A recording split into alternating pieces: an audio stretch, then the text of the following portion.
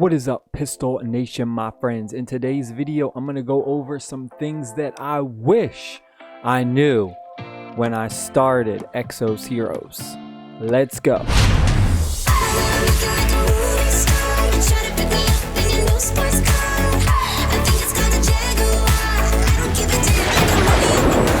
Alright, my friends, we are here today. Before we start the video, as always, I'm going to ask, did you please pistol whip that like button to help support the channel? And if you are not already subscribed, hit the subscribe button, make it go from red to gray, and hit that notification bell so you never miss one of my videos. So the first thing I wish I knew is how important these guardian stones and elements are. They are so important in this game. Now if we go over to manage heroes real quick, each of our heroes, they have at the bottom right here, it says, this one says machine. This is our guardian stone. Now if we go up against a same type of character and they break us, which is meaning you match the guardian stone with the type in battle, you will actually break the character, making them completely immobilized, useless. They can't do anything, stunned for 7 turns, and then they take extra damage. Now this is very important in PvP battles later on in the game when you're, you know, a lot deeper in the end game, so to speak.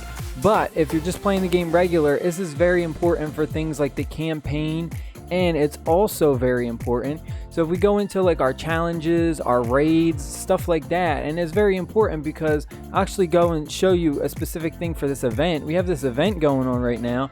It actually shows you the enemy's guardian stone information, right? So it shows you what stones they have. It shows purple, the machine one, the red one. Now this is very important because you want to take a team in that has that specific type, because you want to break the enemy as much as possible. You want to stun them, put more damage out. So you just kind of want to match your types up. So as you can see, we have the purple stone. So I'd obviously want to have like a dark character in my lineup. Door to creation. Now there's another thing that's interesting is we can actually change our character's type. We can change their guardian stone. Now a big thing is, like, why would you do this? Why would I want to change my guardian stone? As you can see, this character is a machine. Why would I want to change it? You would want to change it mostly for PvP battles. This is where, and this is more end game PvP battles if you're at a high level. If you're low, just starting out, you don't really need to worry about changing it. The main reason you want to change this is because when you get into certain PvP battles at higher levels, you're going to see a lot of the same characters, specifically fire types, certain characters who are super OP, and you'll notice in PvP battles that like everyone is running that character. This is when you want to go and you want to change your character's guardian stone, right? So if my character's guardian stone is red, fire, obviously I want to change it because I don't want to go up against, you know, in a PvP battle where everyone has a fire type because it's one of the strongest in the game. You don't want to do that. So you want to change it, and you also have to take into consideration it costs 100 zest to change it.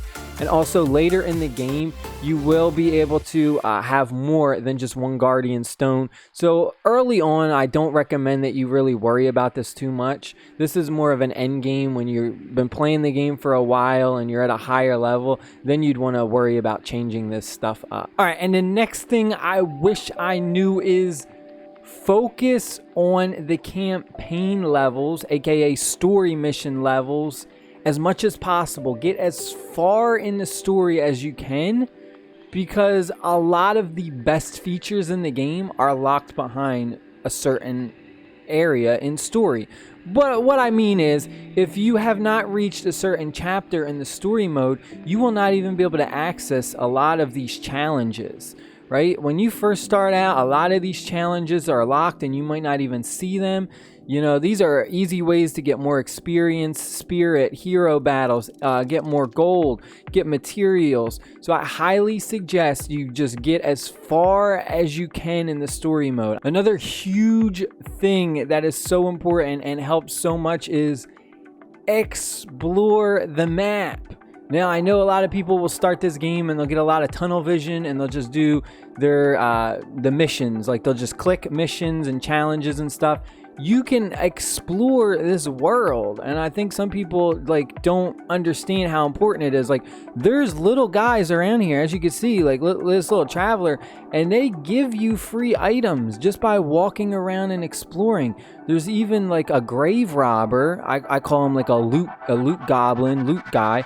And you can just get him. Like, here's your story mission, right? But then there's other things. Like, look at this guy. We got this, if this thing will work right, we got this golem over here, and he disappears, and we can like do battle with him. And look at all these rewards. You can get so much rewards by doing this and battling him. I mean, there's tons of different things going on. There's like hidden treasures all around the map. Like, look, there's a guy over here we could get something from. So please, like, explore the map. The map is beautiful. I mean, the way it's laid out, it's really, like, the graphics for this is really cool. I love it. But there's just so much, like, hidden treasures to find for free, really. You know, you will even encounter some regular battles just walking around. It's almost like I want to say like a Final Fantasy, kind of like the old school Final Fantasy. All right, next, going hand in hand with exploring the map is the Levi stones, or what I'll just refer to it as basically your energy. So these little stones up here, this is your energy. And the cool thing about this is that when you do your story missions don't require energy, but certain battles on here do. So if we were to fight the grave robber goblin guy, it will take some of our energy. As you can see, if we go and we face this golem up here, which I showed out earlier in the video right here, he will take 110. So these are really good ways to get a lot of resources. Now, the number one thing I suggest is if you're not doing this and you're going to log out of the game, do the smart exploration. The smart exploration is so important.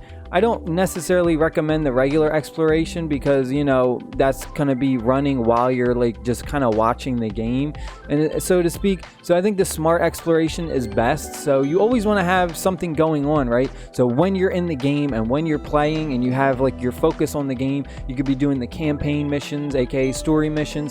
You could be doing your quests, like challenges modes and stuff, and then you can also just be walking around. When you know you're going to log out for a bit, this is the best time to do the smart exploration. Click this. You will use as much as your energy as you can, and then you'll come back to the game after work, after sleep, whatever, and you will have a ton of resources collected. It's almost like the AFK, you know, style type of the game implemented into this game. One thing to keep in mind though is you will need to have a certain amount of characters. So as you can see right now, I exceed my limit. I have 69 characters out of 60. It will cost some zest in order to upgrade this. Now this brings me into my other point that I wish I knew. It is important to not only have a very balanced team, which means don't put all your resources into one character. We want to level up many different characters because we're going to need some different characters. Aside from, like, I think there's 2 characters that are super duper broken that are, like, you know, musts if you have them. But you want to have a nice balanced team, and you just want to have as many characters as possible for the different explorations. And I'm going to go and show you exactly why. When you get to a certain point in the game, you're going to go and have this dispatch, which is kind of almost like an exploration, but you dispatch your heroes out to do kind of like these quests, and they're like timed. This is where you're going to want to have a lot of characters, because if you don't have enough characters, you're not going to be able to do as many of these. As you can see, I have 1, 2, 3, 4 of these going at once. If I didn't have enough characters, I wouldn't be able to. As you can see, like, look at this one. This one, I only have 1 guy out here in this one, and that's fine. But you want to have enough characters, you know, to fill this up at least. And then this one, as you can see, as I complete 9-5 for a story mission, I'll unlock another area, and then I can have even more troops out there. All right, and another super important thing is to level up your characters as fast as possible. We want to level up our characters super duper fast for many, many reasons. One most in particular reason is your character's equipment is locked behind levels. So as you can see, I'm going to go down to someone I have at level like 1, and if we look down here in the bottom left where I am blocking it, your equipment is actually locked behind the character's level. So as you can see, level 10 will get their weapon unlocked, level 15, 45, 40, 70, 75, so on and so forth. So we're going to want to level up our characters as high as possible, so that, as you can see with this character, I have some of this stuff already unlocked. And if we look at some of these other characters, you want to equip the equipment. Equipment is so important. Again, I feel like equipment is important in a lot of these types of games, right? We have like the leveling, which gives you like, you know, a stat increase, but having really good equipment can like break your opponent into like pushing them to the limit, to the next, you know, to the moon, so to speak. I mean, it just makes them so much better if you have like really good equipment. Like you get, and this is like percentage, right? So like block defense 4.8%. We got luck, which is a number, block, which is a hard number. Again, you're going to want to have the equipment that has the percentage. Percentages are so much better for the most part. And then you're going to want to level up your gear. Obviously, the best way to level up our characters fast is just going through the different, playing the game through the story mode, challenges, whatever. You will gain XP, but then otherwise the other most important way is to just hit the level up button and use these scrolls. So again, I'm going to move myself over right here. It says level up at the bottom. We're going to click that level up, and here we go. We have many different scrolls.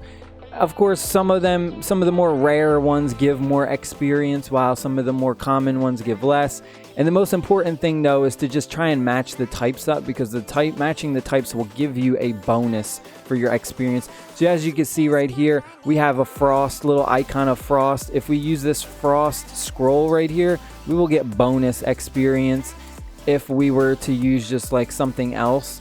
So try and do that. Don't just go through and be like, oh my god, I pulled the best hero. Let me just go and level up and just burn through all my stuff and not even pay attention to these elements. The elements are so important in this game. For guardian stones, for scrolls, like you need to pay attention to the elements in this game. The elements mean something. They're not just thrown in the game for fun. So make sure you try and match the scrolls up with the character's type, and you use them for that, because you'll get more experience points, you'll get more value out of it in the long run. But I hope y'all enjoyed this quick little video. Hit the subscribe button, pistol whip that like button. I love y'all. I'll see y'all in the next video. Peace. Rack it up, I got a bit of the bank to make me a safe house. Shake it up, she got her hands on her knees and she bringing the cake.